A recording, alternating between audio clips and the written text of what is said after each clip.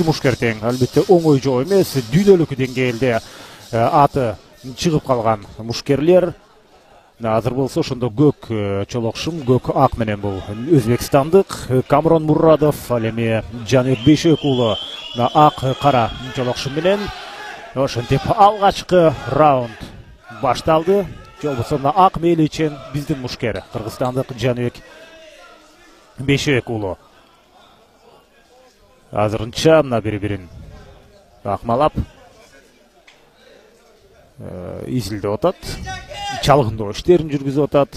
Акырындап мына кол менен соккулар узатып баштады. Мына чыныгы тай бокстун өкүлдөрү деп айтсак болот. Карасаңыздар, алардын турган турпатынан эле байкалып турат. Сөзсүз түрдө мына бир колун ошентип бир бутун даяр чабуулга даярдап турушат мушкерлер. Жана азырынча акырын бири-бирин бир аз ыйлап аткандай, ал эми Жаныбек Бейшебеков уулу алгач кол менен, андан кийин бут менен соккузатты.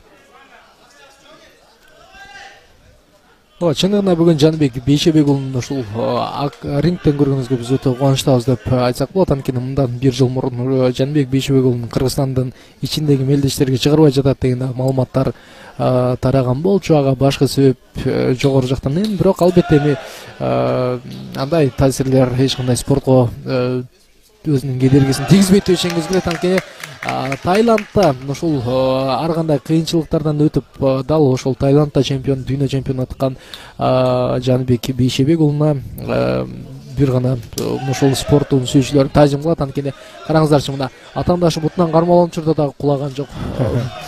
Чындыгында мындай учурда атаандаштар жөнөкөй сокку жолдогон спортчу эмес экен. Эсиңиздерге сала кетели, Өзбекстандын тай бокс боюнча 5 жолку чемпион деп тааныштырды бизди.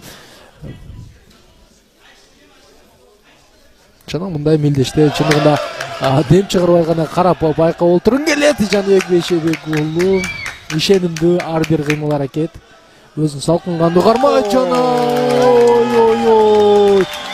жалгыз сокку менен атаандашын нокаутка кетирет. Жана жон гана нокаут эмес, өтө бир оор нокаут.